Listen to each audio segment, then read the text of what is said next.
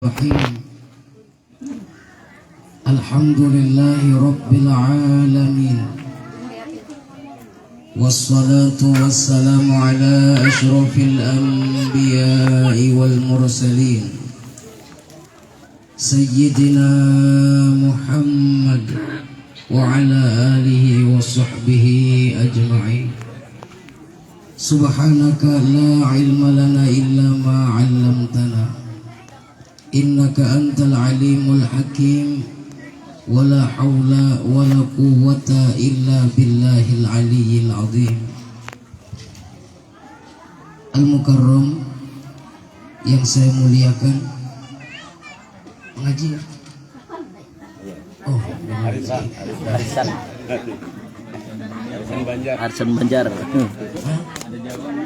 Oh, ada Jawa juga. Campur. Yang saya muliakan para orang tua saya, orang tua ulun berataan yang hadir hari ini, orang-orang tua saya, bapak-bapak, ibu-ibu, jamaah arisan keluarga, yang mudah-mudahan kita semua dengan berkat berkumpul hari ini menjadi sebab Allah hapus dosa-dosa kita. Amin. Mudahan dengan berkat berkumpul hari ini bersilaturahim, Allah ampuni dosa orang tua kita. Amin. Nenek-nenek kita, kakek-kakek kita, dan mudahan Allah hapus juga ampuni dosa zuriat keturunan kita. Amin. Siapa bang nelpon? Ada namanya? Oh, biarkan aja. Mudah-mudahan dengan berkat hadir berkumpul bersilaturahim hari ini, Allah kabulkan hajat kita. Amin. Yang belum berlaki, mudahan berlaki. Amin. Yang belum punya istri alias belum bini, mudahan dibiniakan Allah. Amin. Yang susah mudahan menjadi sugih. Amin. Yang enggak berduit mudahan banyak duit. Dan yang terutama, mudahan berkat berkumpul bersilaturahim hari ini menjadi sebab Allah Ta'ala selamatkan kita, selamat dunia, selamat di akhirat. Amin ya Allah ya Rabbal Alamin. Minta maaf sebelumnya, suara udah agak habis, kebanyakan jarurangan, padahal kebanyakan KKN, punyuk narai.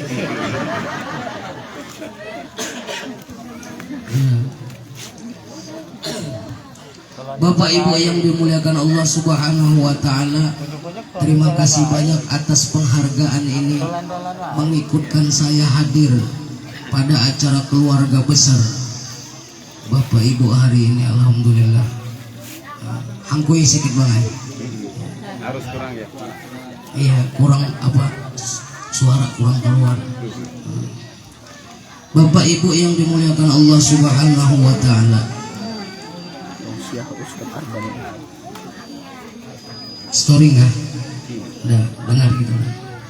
Di sini saya akan mengangkat pada tausiah kali ini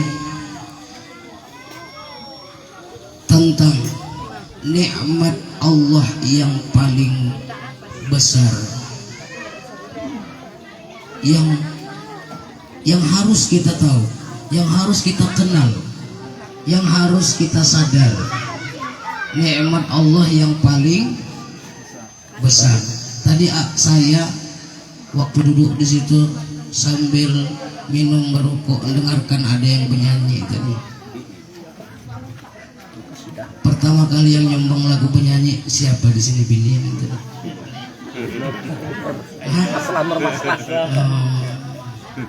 Mana lakinya ada? Ada. Oh, apa ya? Belum laki.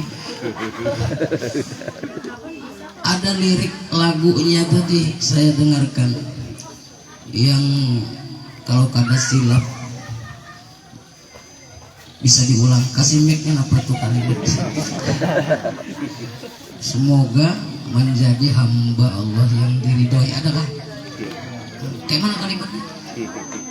Lupa. Masa ulun ini kawan SD ulun. Iya kan? Kan? Siapa namanya nih? Nur Maslah. Hah? Nur Maslah. Hah? Nur Maslah. Nur Maslah. Anak Maslah. Oh, anak dia. Iya. Oh, Anak bungsu. kawan SD. Dia besar, saya kayak gini aja.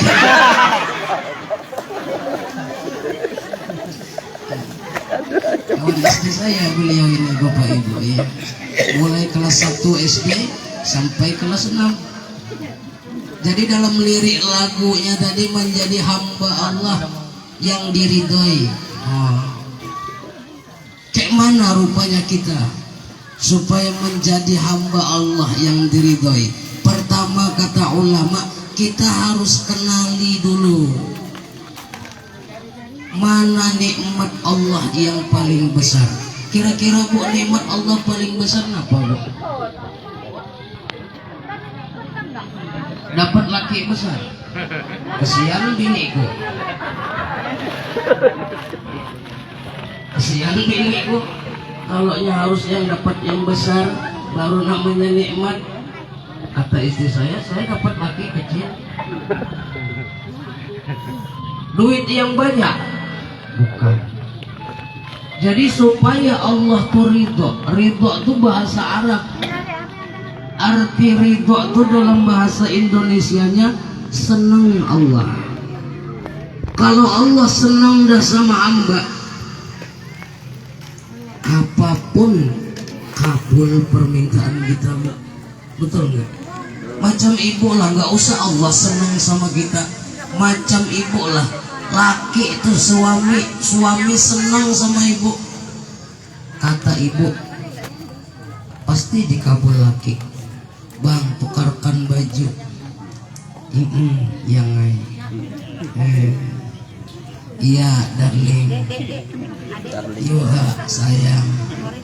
Beb, macam-macam. Kenapa? Sayang, seneng tuh suami sama istri. Makanya Bu Ai, ada saya mendengar perempuan inilah yang paling cepat masuk surga. Jalannya apa? Nyenengin hati suami.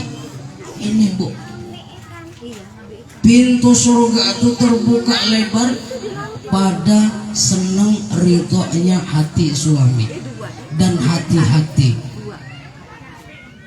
wanita yang suka nyakitin suami, perasaannya, hatinya, maka tertutup pintu surga.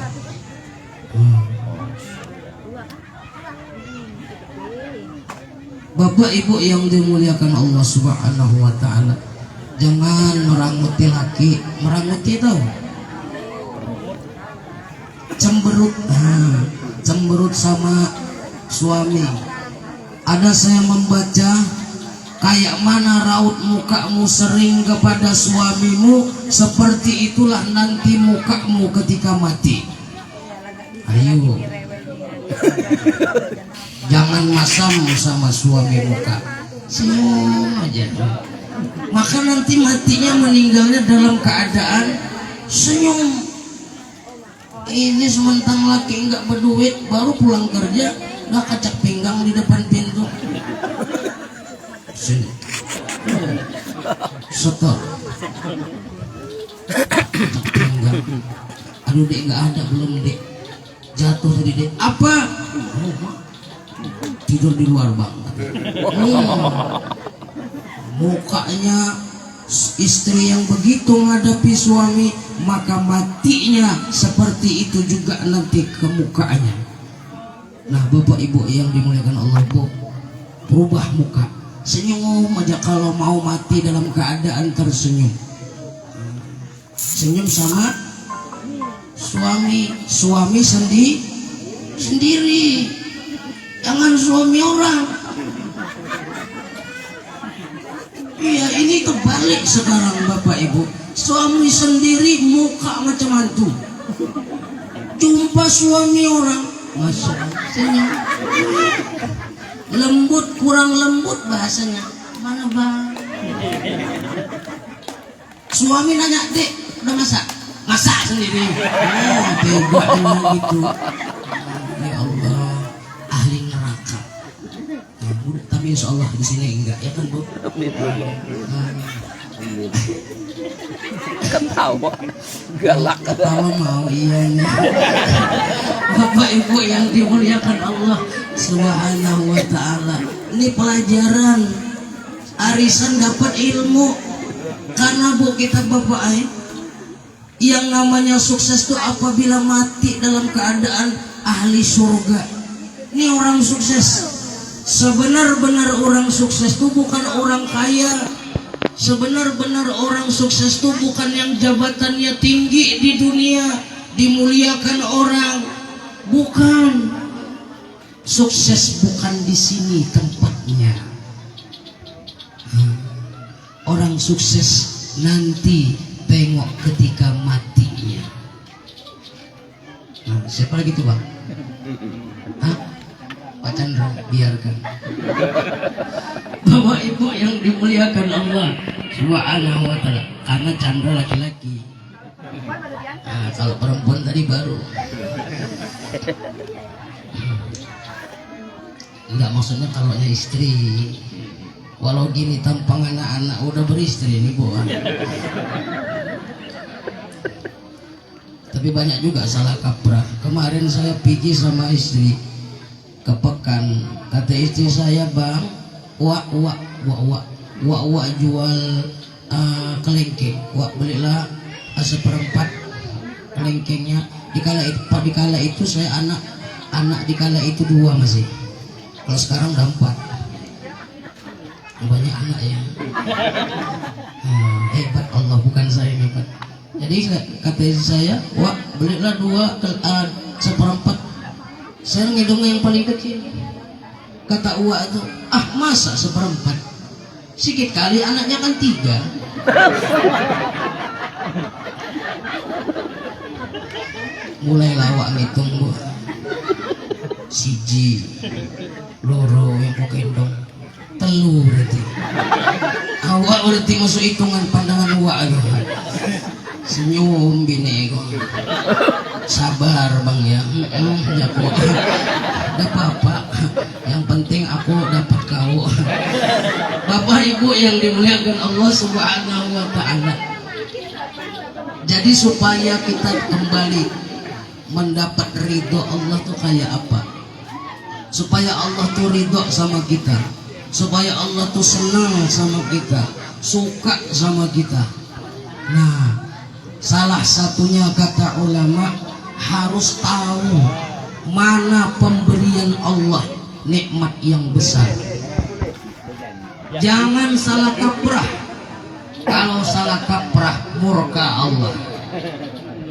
Ada 4. Ada berapa? Ada 4 nikmat yang paling besar. Bukan duit, bukan jabatan, bukan emas yang besar banyak, enggak. 4 nikmat besar. Pertama, dijadikan Allah kita berbentuk manusia. Ini nikmat paling besar Bapak Ibu. Karena kita bentuk manusia inilah, makanya kita tahu ada arisan. Karena kita diletakkan Allah di perut seorang perempuan, manusia, lahir kita, maka jadi manusia. Coba kita bayangkan, renungkan sebentar.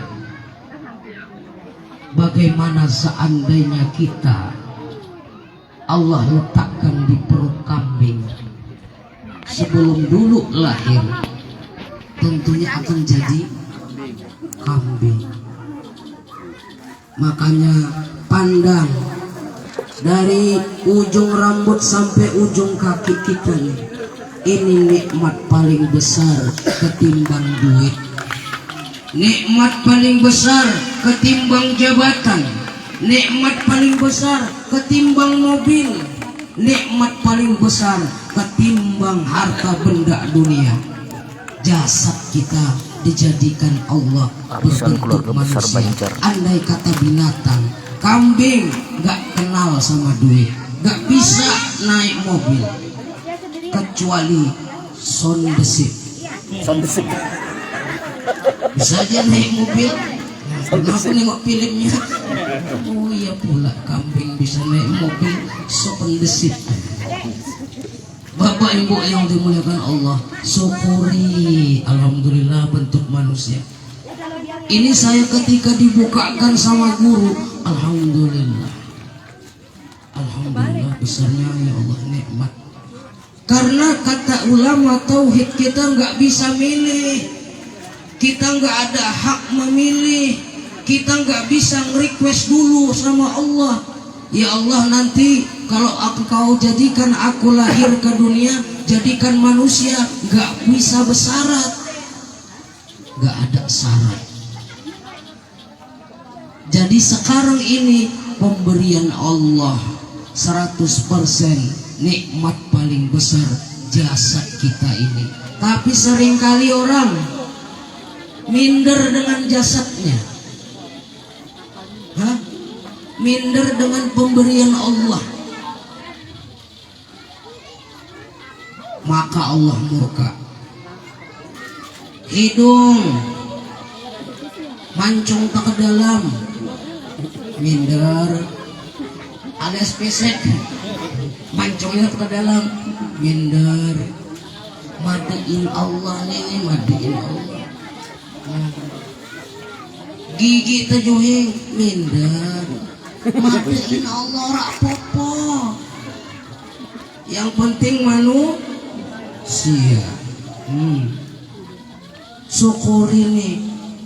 Sekarang orang terbalik, nikmat yang kecil dianggap besar duit.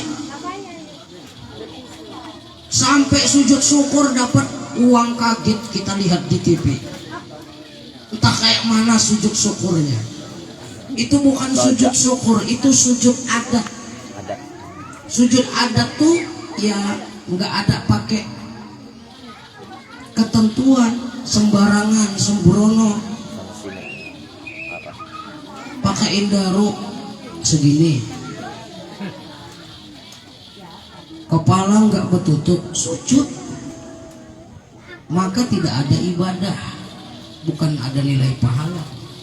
Itu adalah sujud masa kini, sujud syukur adat namanya, bukan ibadah. Sujud syukur nggak peduli tuh kayak ayamnya sujudnya. Saking senangnya. Kenapa? Hatinya menganggap ini nikmat besar. Dia lupa jasadnya nih tak pernah disyukurinya. Pernah disyukuri Bu? Pak, alhamdulillah ya Allah. Jarang orang syukuri jasad. Nah ini makanya kadang membuat Allah murka. Kadang jasad pun sudah diberi Allah, kada pas saja rasanya, nggak cocok aja, protes saja di batin. Dulu saya kayak gitu dalam hatiku, ya Allah, kenapa lah ya Allah jadikan halus ya Allah. Kecil, kenapa kau jadikan? Karena abang saya besar semua, adik tinggi semua, nggak adil Tuhannya ya kok. Rupa-rupanya nggak boleh kayak itu. Nggak boleh, nggak boleh seperti itu. Kemudian nikmat yang besar nomor 2, nikmat dijadikan kita umat Nabi Muhammad SAW. Nah ini syukuri, karena kelebihannya orang tuh nggak akan tahu betapa besarnya nikmat menjadi umat Nabi kalau dia tidak belajar. Ternyata nikmat paling besar di antaranya nih Bapak Ibu, di antaranya kenapa Nabi Muhammad menjadi nikmat besar bagi awak, bagi kita. Untung kita rasa untung tidak menjadi umat Nabi Adam, tidak menjadi umat Nabi Nuh, tidak menjadi umat Nabi Ibrahim, tapi kita menjadi umatnya Nabi Muhammad. Dari mana segi untungnya? Segi untungnya, kalaunya umat Nabi yang terdahulu buat maksiat langsung kontan kena siksaannya, kontan Bapak Ibu. Bahkan dalam riwayat umat Nabi yang dulu kalaunya taubat dengan membunuh dirinya baru diterima taubatnya. Coba bayangkan.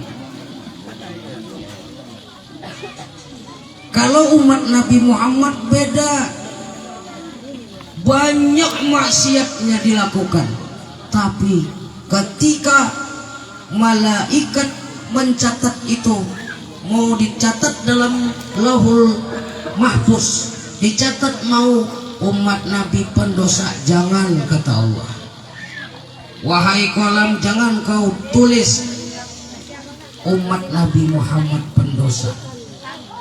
Catat, kata Allah kepada kolam, Allah Maha Pengampun. Arisan keluarga besar Banjar. Jadi beda umat Nabi Muhammad nih dipending sampai dia taubat,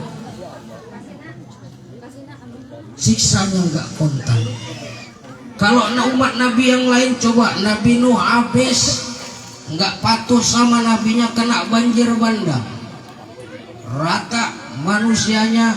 Yang selamat hanya yang naik kapal umat Nabi, kapal Nabi Nuh. Yang patuh sama nabinya aja yang selamat. Nabi Lut dibalik,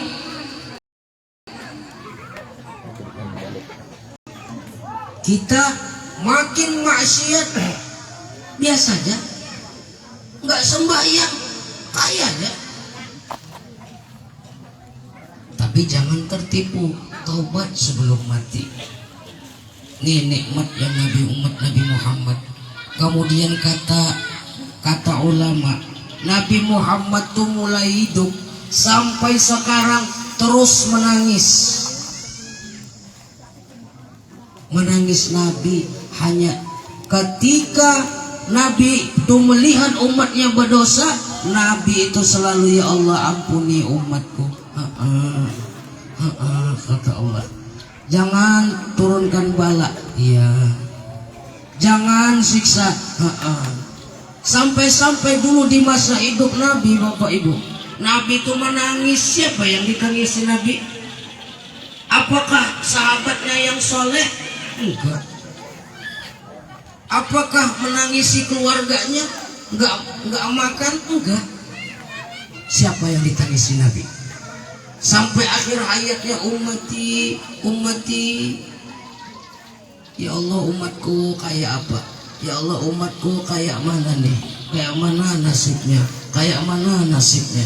Sampai akhir hayatnya Nabi itu tidak membaca la ilaha illallah. Tidak ada riwayat akhir hayat Nabi mengatakan la ilaha illallah. Tapi Nabi akhir hayatnya ummati, ummati. Sedangkan Nabi sendiri menyampaikan mangkana akhiru kalamihi la ilaha illallah dakhalal jannah. Barang siapa yang akhir hayatnya membaca la ilaha illallah masuk surga. Tapi nabinya enggak.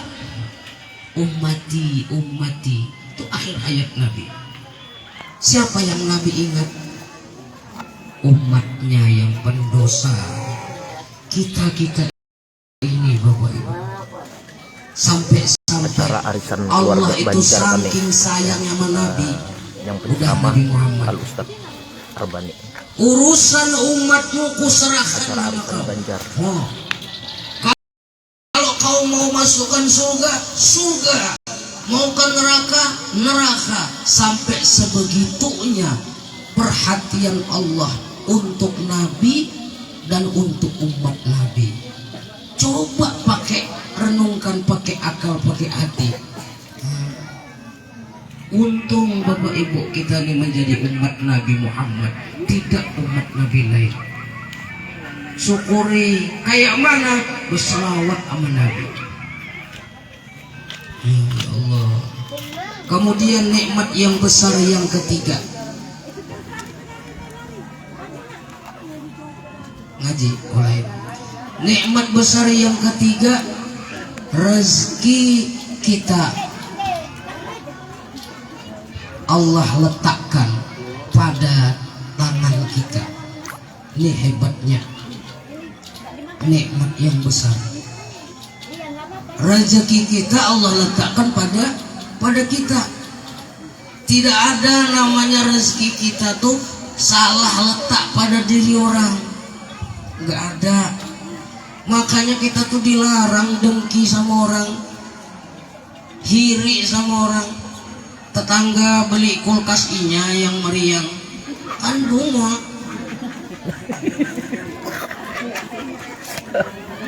Kawan beli kereta, hiri inya yang nah.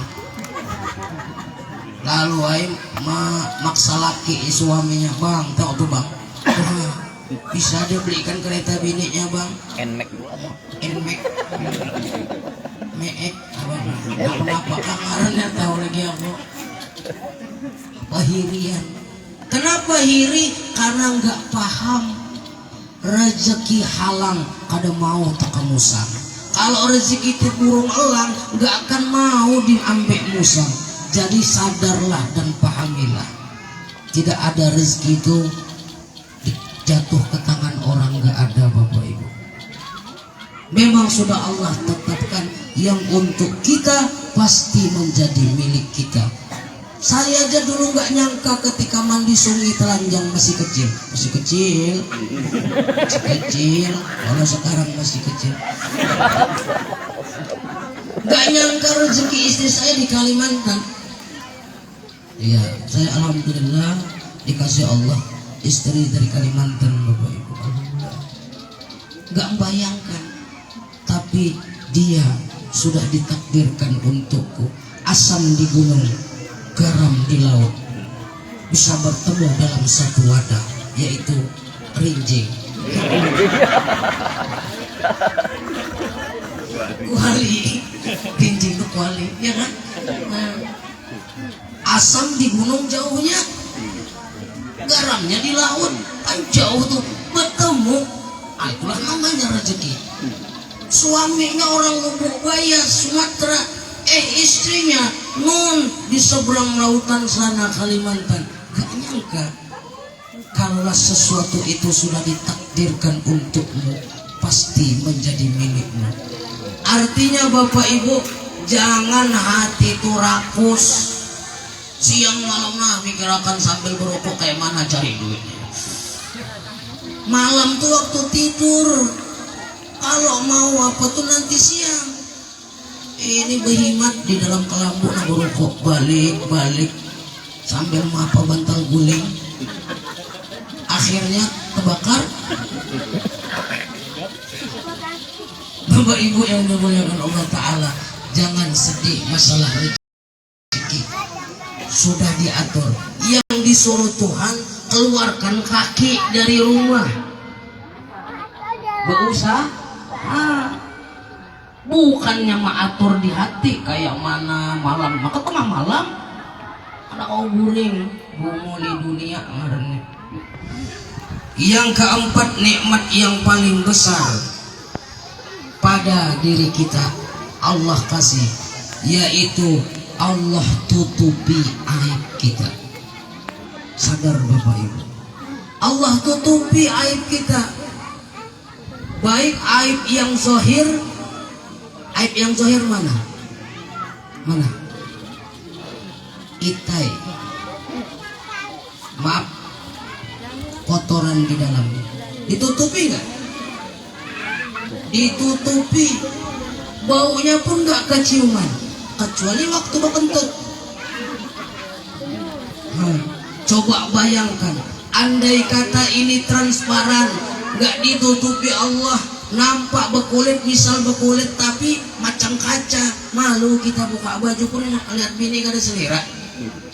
Kada selera nengok bini bapak, kelihatan tahinya. Nah, coba pikir akal. Jadi Allah alhamdulillah ditutupi aib kita.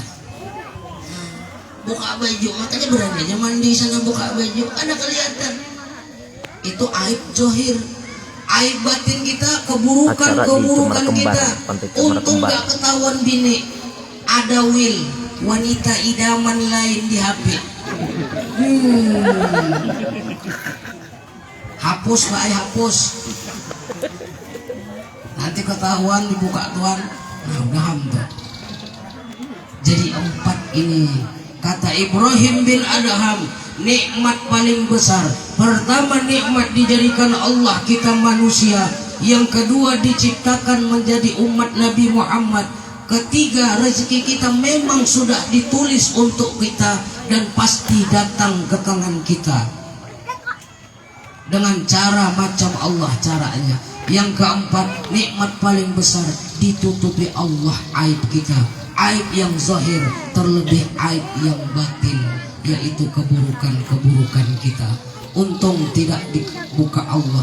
Andai kata dibuka Allah, mungkin sekarang ini bisa bercerai kita. Tapi orang ini kalau tidak sadar yang 4 ini, maka dibuka Allah Bapak Ibu.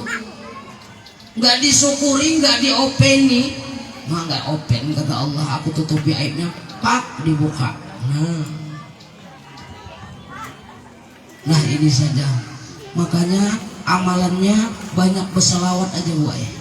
Banyak Pak berselawat Pak kepada Nabi Muhammad, supaya kita ada decking nanti ketika di alam kubur, ada decking ketika nanti di akhirat, ada yang menolong memberatkan timbangan amal ketika nanti kita ada di timbangan amal pada mahsyar, dan ada yang menarik kita di Shiratal Mustaqim. Sama-sama Kelebihan orang untuk berselawat Muhammad Muslim Fadilah 10 kali aja, 10 kali setiap hari.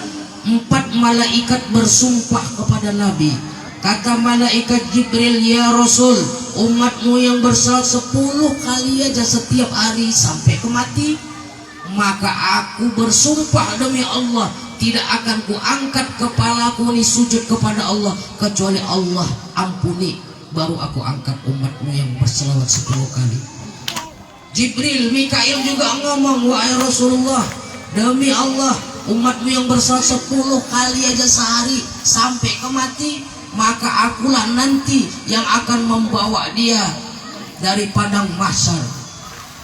4 malaikat Jibril, Mikail, Israfil, Ijrail pernah sudah bersumpah sama Nabi untuk umatnya, tapi umat Nabi yang mau berselawat.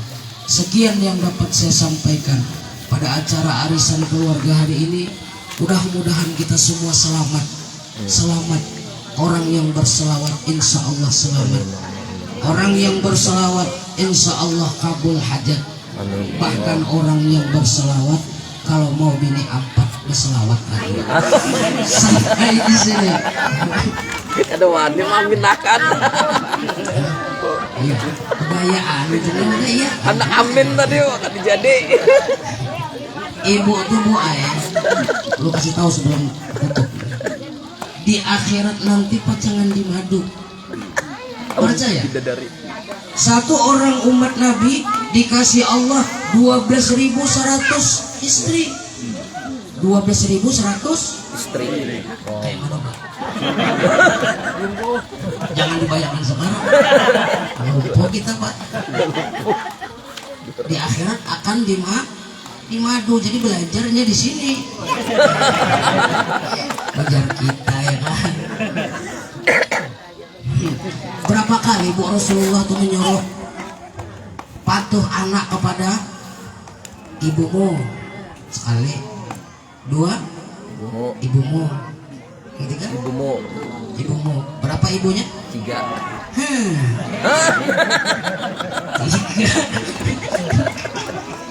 Yang keempat hanya ayahmu.